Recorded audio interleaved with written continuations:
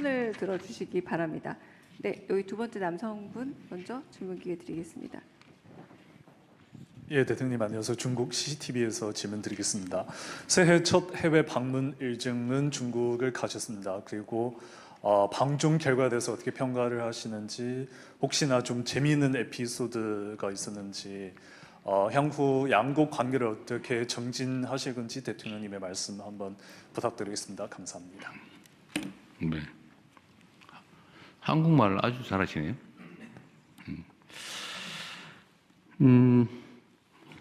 제가 이제 작년 취임한 이후에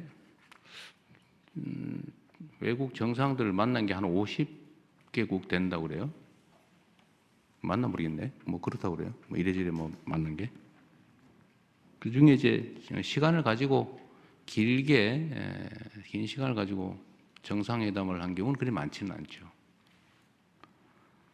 이번 방중에서 시진핑 주석과 회담은 참 유익했다고 생각합니다. 그리고 방중 과정에서 중국 정부가 매우 잘 준비해서 이렇게 환대해 준 것들이 우리 대한민국 국민들께서도 다 목도를 했고 또 중국 인민들도 함께 본 장면인데 양국 간의 관계 개선에 큰 전기가 됐다고 생각합니다. 뭐 여러 가지 현안들이 있긴 한데 뭐 국가 간에 좋은 측면만 있을 수는 없고 갈등적 요소도 분명히 있죠. 이런 갈등적 요소들도 잘 관리할 수 있을 거라는 확신도 들었습니다. 그리고 양국 간의 관계의 새로운 설정을 통해서 중국에게도 한국에게도 모두 도움이 되는 협력 방안도 얼마든지 만들 수 있겠다는 생각이 들었습니다. 뭐 여러 가지 면이 있죠. 경제 협력도 있겠고요. 외교 안보 분야의 협력도 중요합니다. 뭐 신뢰도 계속 제고해 나가야 되고, 예를 들면 지금 협의 중인 우리 황해에서의 수색 구조 합동 훈련 뭐 이런 것도 저는 해야 된다고 생각해요. 그 어떤 일이 벌어질지 모르는데, 그래서 군사 안보 분야의 협력도 신뢰 제고도 가능하게 됐다는 생각이 들고, 또 문화 교류나 또 관광 등을 통한 인적 교류도 매우 지평이 넓어졌다고 생각이 됩니다. 뭐 에피소드가 뭐 특별히 있을까? 여러분이 다 보신 장면이어서 물론 뭐 비공개된 것들도 있긴 합니다만, 저는 뭐 시진핑 주석께서 그 중국의 경제 발전, 사회 발전에 큰 성과를 냈고, 또 뛰어난 지도자라는 생각을 하게 됐습니다. 생각하는 것보다 일반적으로 보여지는 것보다는 매우 인간적이고 생각보다 농담도 잘 하시고 아주 좋은 정상회담이었다고 생각합니다. 네, 해외 언론인 한 분만 더 제가 질문 받겠습니다. 앞에 여성분, 네. 예, 질문 기회 주셔서 감사합니다. 로이터 통신의 김희진 기자라고 합니다.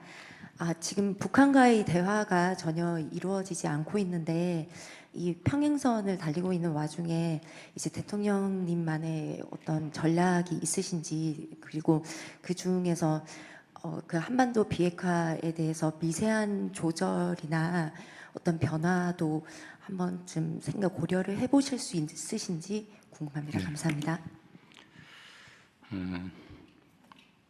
남북 관계는 참 어려운 상황이 됐습니다. 지금도 이제 무인기 침투 문제 때문에 좀 소란스럽습니다. 북한 입장에서는, 저 북한이라고 하면 참 싫어하더군요. 북측에서는 이 정권이 교체됐는데도 이 무인기가 또 날라왔더라. 이거 뭐냐? 말로는 뭐 대화, 소통, 협력, 평화, 안정 얘기하면서 뭐 이 사실은 공식적으로 못하니까 이제는 민간인 시켜서 몰래 또는 아니면 뭐 직접이든지 뭐 이렇게 하는 거 아니냐. 뭐 그런 의심도 들었을 테고 원래 자라보고 놀란 것은 소통 보고 놀란다고 불신이 막 거기에 달아 있는 거죠. 제가 전에도 한 말씀드렸습니다만 뭐 제가 이런다고 북한 편 드는 건 아니에요. 뭐 말만 하면 북한 편 든다고. 역지사지 하는 게 역지사지. 네, 역지사지 하는 겁니다.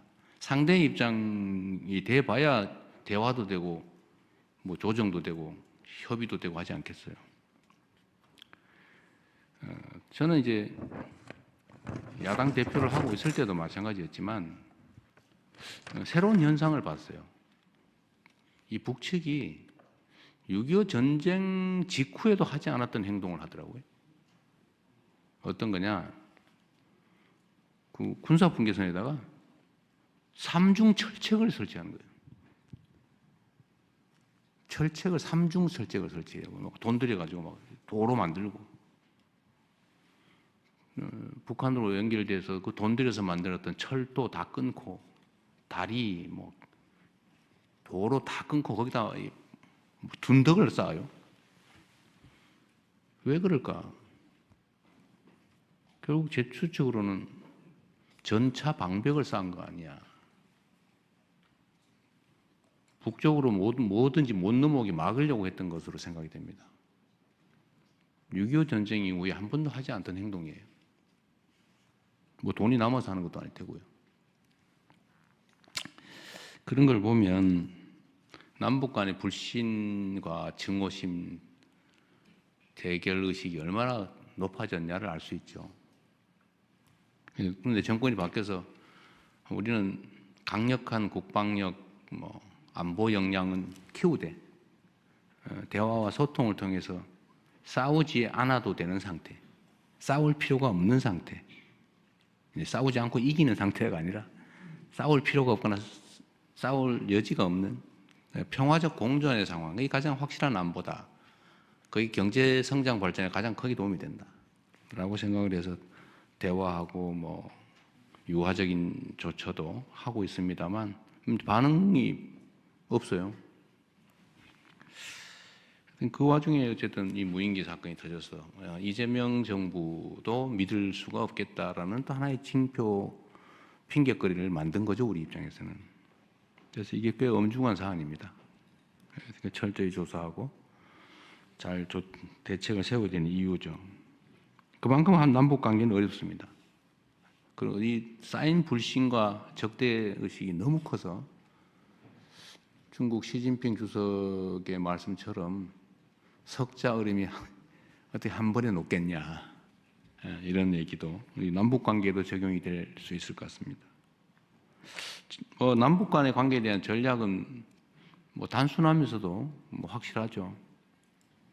확고한 방위력, 억지력을 확보하고 그 기반 위에서 이 방위력과 억지력으로 위협하는 게 아니라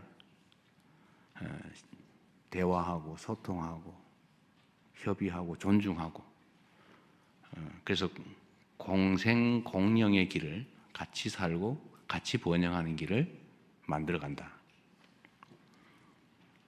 통일은 지금 뭐 통일은커녕 뭐 전쟁 안 하면 다행인 상황인데 그건 좀 뒤로 미루더라도 평화적 공존이 가능한 상황으로 최대한 할 수 있는 걸 해나간다.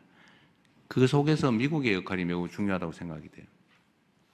미국 트럼프 대통령이 약간 독특한 분이시긴 한데 그 점이 한반도 문제 해결에는 크게 도움이 될 수 있다고 생각됩니다. 북미 대화의 가능성도 여전히 열어놓고 계시고 또 트럼프 대통령 같은 스타일 그런 게 김정은 위원장하고 대화에 도움이 되는 것 같아요. 그래서 그 길을 좀 우리는 좀 잘 열어가자. 제가 페이스메이커 역할을 하겠다. 뭐 우리가 직접 하는 건 어려우니까, 어려운 상황이니까 피스메이커의 평화 만들기가 성공을 하면 뭐 한반도에 도움이 되니까 우리는 그 여건을 최대한 조성해 나가겠다, 이 말씀을 그때 드린 바가 있는데 뭐 그 점은 여전히 똑같습니다. 그리고 비핵화가 이 사실 본질에 가는 거죠. 네. 결국 북한이 핵무장을 하고 핵 보유국으로 공식 인정받기를 갈망하고 있죠. 그리고 아마 그거는 모든 전문가들이 예측하는 것처럼 알고 있는 것처럼 체제 유지 보존 욕구 때문이겠죠. 불안하니까. 그리고 그 문제를 해결할 수 있는 핵심은 북미 관계라고 보고 있는 것 같아요. 실제로도 그런 것 같습니다. 그래서 핵 문제는 이상적으로 본다면 북한의 핵이 없어지는 한반도 비핵화, 뭐 남쪽에는 없고 앞으로도 핵 무기를 보유할 생각이 없으니까 이제 북한 북측에만 핵무기가 없으면 이제 한반도 비핵화는 되는 거죠. 그 비핵화를 해야 되는데 가장 이상적이긴 하지만 북한이 핵을 포기하겠습니까? 그건 또 아주 엄연한 현실이죠. 엄연한 현실과 바람직한 이상. 이 두 가지는 쉽게 공존하기 어렵죠. 그럼 이 상태로 보면 계속 갈 거냐? 지금까지 전략은 그랬죠. 기다려보자. 견디자. 이상을 향해서, 이상을 꿈꾸면서 현실을 외면했죠. 결과는 어떻게 됐냐? 핵무기가 계속 늘어나고 있어요. 핵무기가 계속 자라고 있어요. 지금도 1년에 핵무기 10개에서 20개 정도를 만들 수 있는 핵물질은 계속 생산되고 있죠. ICBM 기술도 계속 개선되고 있겠죠.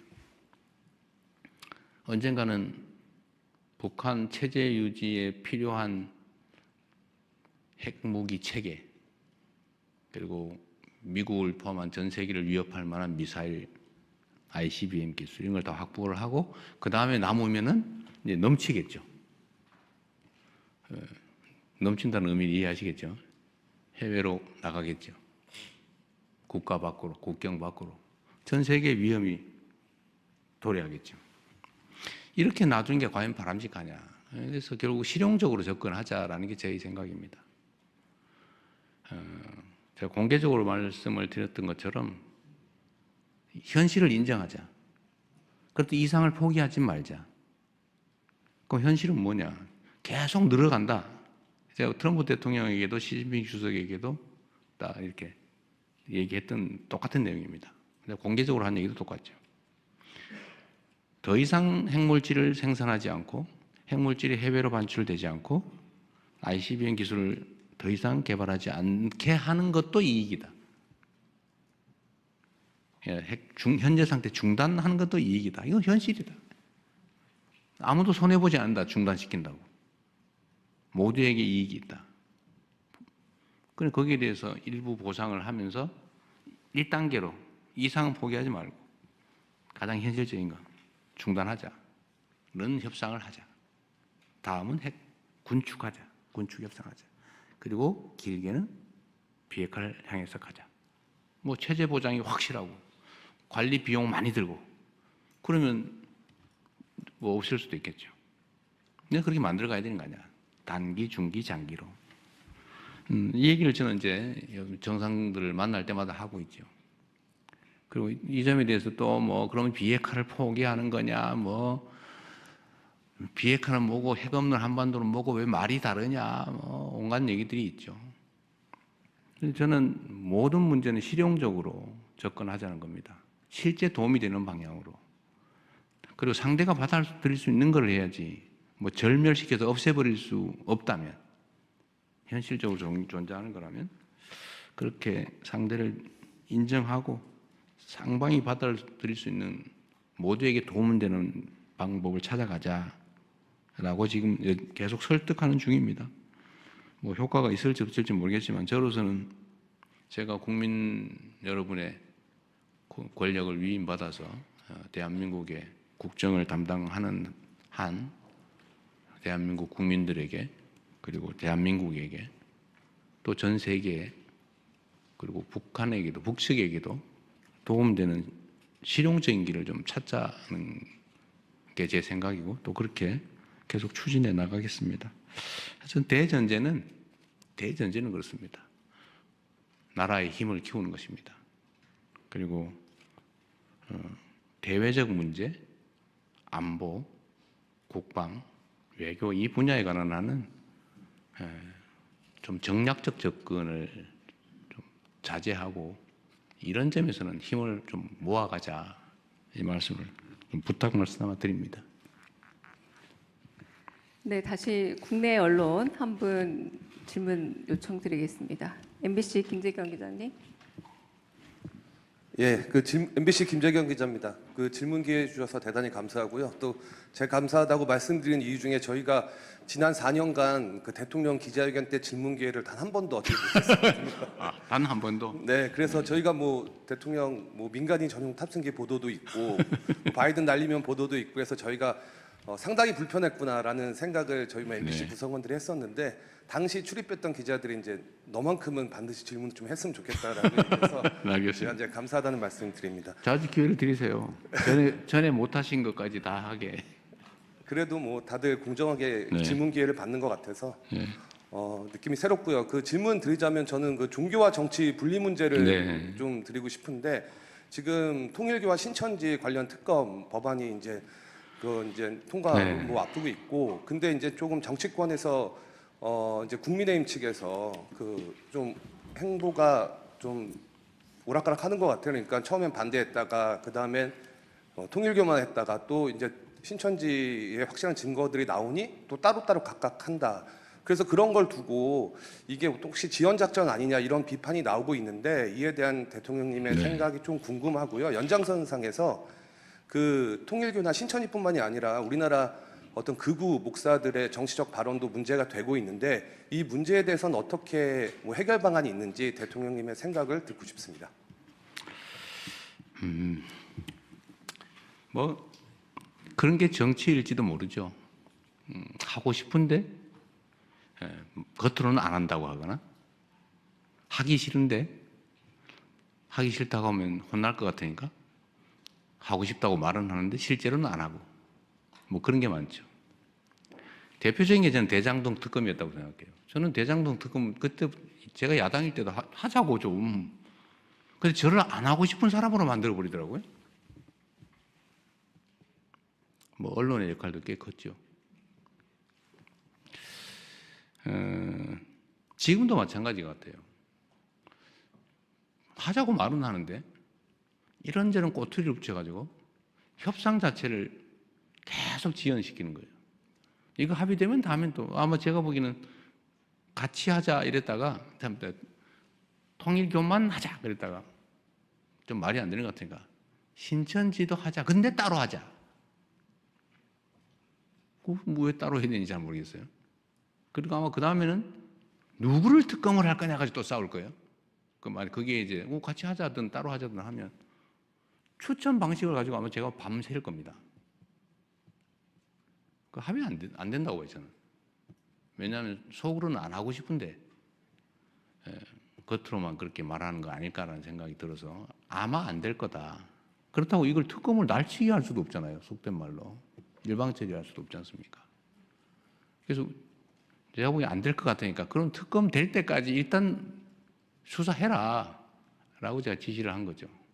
그것도 뭐 검찰, 경찰이 같이 하면 제일 낫겠다. 왜냐면 뭐 수사권이 어쩌고 뭐 불신도 있고 이래서 어쨌든 많은 사람들이 많은 기관들이 함께하면 그런 남용이나 의심의 여지가 적어지니까요. 그래서 같이 검경 합동으로 하라고 지금 지시를 해서 하고 있는데 뭐 특검 결정이 국회에서 나면 그때 넘겨주면 되니까요.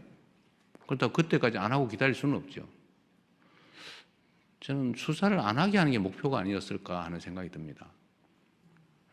그러나 그렇게 할 수는 없죠. 이게 지금도 뭐 언론 보도에 나오는 거 저는 뭐 보고를 받지 않으니까 여러분이 쓰시는 걸 주로 보고 있는데 보도 얘기가 하면 오히려 신천지가 오래전부터 이미 정치 개입을 했다고 하는 근거들이 막 나오는 것 같아요. 저는 종교 분리를 굳이 헌법 조문에까지 써놓은 이유가 뭔지를 지금 이 순간에 다시 한번 되새겨봐야 한다고 생각합니다. 대한민국은 종교 갈등이 좀 적은 편이에요. 종교가 차지하는 비중은 크죠. 그리고 어느 한 종교가 압도적이지 않고 뭐 다양하게 공존하는데 종교가 다양하게 공존하면서 충돌하지 않은 나라가 거의 없어요. 이 종교가 다르면 반드시 충돌이 발생합니다. 그리고 그 충돌은 해소되지가 않아요. 결국 쪼개지든지 대량 학살을 해서 한쪽이 한쪽을 완벽하게 억압적으로 지배하든지 이렇게 해서 엄청난 사회적 갈등과 비용을 치르죠. 그게 전 세계적인 현상이에요. 그런데 대한민국은 우리 대한민국 국민들의 위대함이기도 합니다. 그런데 이게 만약에 정치에 관여를 하게 된다. 갈등이 격화될 뿐만 아니라 이건 해소되지 않는 갈등으로 발전할 가능성이 많아요. 엄청나게 위험한 상황이 되죠. 그런 것 때문에 종교 분리라고 하는 것들을 명확하게 헌법에 명시했고 나름 종교인들도 몰래 슬쩍 뭐 아니까 뭐 땡땡 의원 찍어주면 뭐 잘하는 것 같아 뭐 이런 정도 했지만 대놓고 조직적으로 하는 경우는 거의 없었죠. 그런데 최근에 거기 현상이 좀 심해졌습니다. 신천지는 뭐 지금 나오는 걸로 보면 아주 오래전부터 최소한 뭐 지금 2000년 초반부터 시작했다는 것 같고 통일교도 그 이후인지 전인지 모르겠지만 하여튼 많이 개입한 것 같고 개신교는 이제 대놓고 조직적으로 잘 하지는 않았는데 최근에 아예 대놓고 조직적으로 하는 경우가 생겨나고 있어요. 심지어는 설교 시간에 이재명 죽여라. 이재명을 죽여야 나라가 산다. 이거 진짜로 그렇게 반복적으로 설교하는 교회도 있습니다. 이재명이 죽어야 대한민국이 산다. 설교 제목이 그런 데도 있더라고요. 이것도 심각하죠. 그 종교적 신념과 정치적 선호가 결합해버리면 양보가 없어요. 이건 나라 망하는 길이죠. 나라가 망합니다. 그래서 이건 반드시 뿌리를 뽑아야 돼요. 조직적으로 종교적 신념을 정치적 도구로 활용하는 것은 허용되지 않는다. 그렇게 하면 제재가 엄정하다는 걸 반드시 이번 기회에 보여줘야 합니다. 원래 그 일부 개신교도 수사해야 되는 거 아니냐는 여러 가지 논란들이 주장이 있었는데 일단 경계가 좀 불분명해서 아니 지금은 놔두고 있는데 아마 뭐 자연스럽게 수사해야 되지 않을까 싶어요. 근데 문제는 지금은 이제 원래 밭갈이 할 때 큰 돌부터 집어내고 그 다음에 자갈 집어내고 잔돌 집어내고 해야지 한꺼번에 다 집어내려면 힘들어서 못하거든요. 그래서 일단 큰 돌부터 좀 집어내고 다음에는 자갈도 좀 집어내는 단계가 오지 않을까 그렇게 생각합니다. 하여튼 종교 분리 원칙이 깨지는 이런 결코 있어서는 안 된다. 반드시 엄정하게 처벌해야 되고 이번 기회에 저는 법률도 조금 보완해야 되지 않을까 하는 생각도 하고는 있어요. 아직은 뭐 좀 섣부르긴 한데 슬쩍 그 정치 개입하는 걸 좀 심하게 제재해야 되지 않을까. 지금은 너무 처벌 강도가 낮은 것 같아요. 저 원래 처벌 법률을 만드는 거 별로 안 좋아하는데 그게 바람직하지 않다고 생각하는데 이 문제는 이게 얼마나 나쁜 짓인지 얼마나 위험한 짓인지를 잘 모르는 것 같아요. 그 마치 무슨 권리인 줄 알아요. 그러나 이게 개인이 정치적 선호를 갖는 거, 종교적 신념을 갖는 건 상관없죠.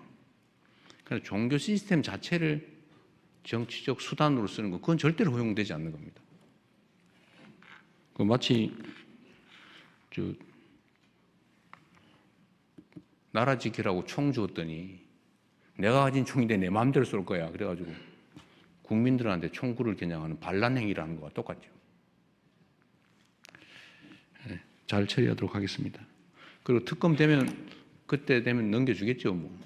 그 전에는 최선을 다해서 신속하게 엄정하게 수사한다.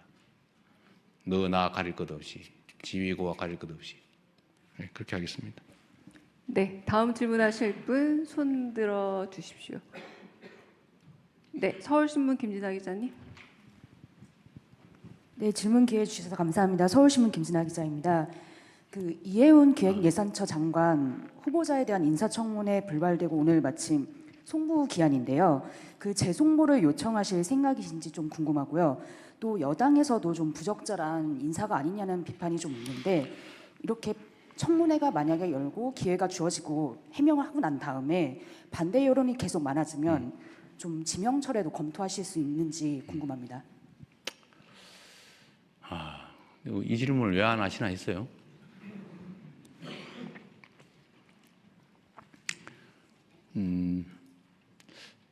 참 어렵습니다. 제가 지금 어려운 일이 두 가지인데 뭐 좀 이따 얘기하시겠지만 검찰 개혁에 관한 논란, 또 소위 탕평 인사에 관한 이해운 지명자에 관한 문제, 이거 정말 어려운 주제 중에 하나입니다. 직설적으로 얘기를 하면 이해훈 지명자에 대해서 어떻게 할지는 아직 결정은 못했어요. 근데 아쉬운 거는 본인의 이야기를 공개적으로 들어볼 기회를 갖고 그 청문 과정을 본 우리 국민들의 좀 판단을 제가 들어보고 좀 그렇게 판단하고 싶었는데, 결정하고 싶었는데 그 기회마저 봉쇄돼서 본인도 아쉽겠지만 저도 참 아쉽습니다. 문제가 있어 보이긴 해요. 그리고 우리 국민들께서도 문제 의식을 가지시는 부분도 있습니다. 그리고 뭐 저로서도 아쉽기도 하죠. 그러나 그에 대해서 본인의 해명도 또 들어봐야 되는 거 아닌가요? 그게 공정하죠.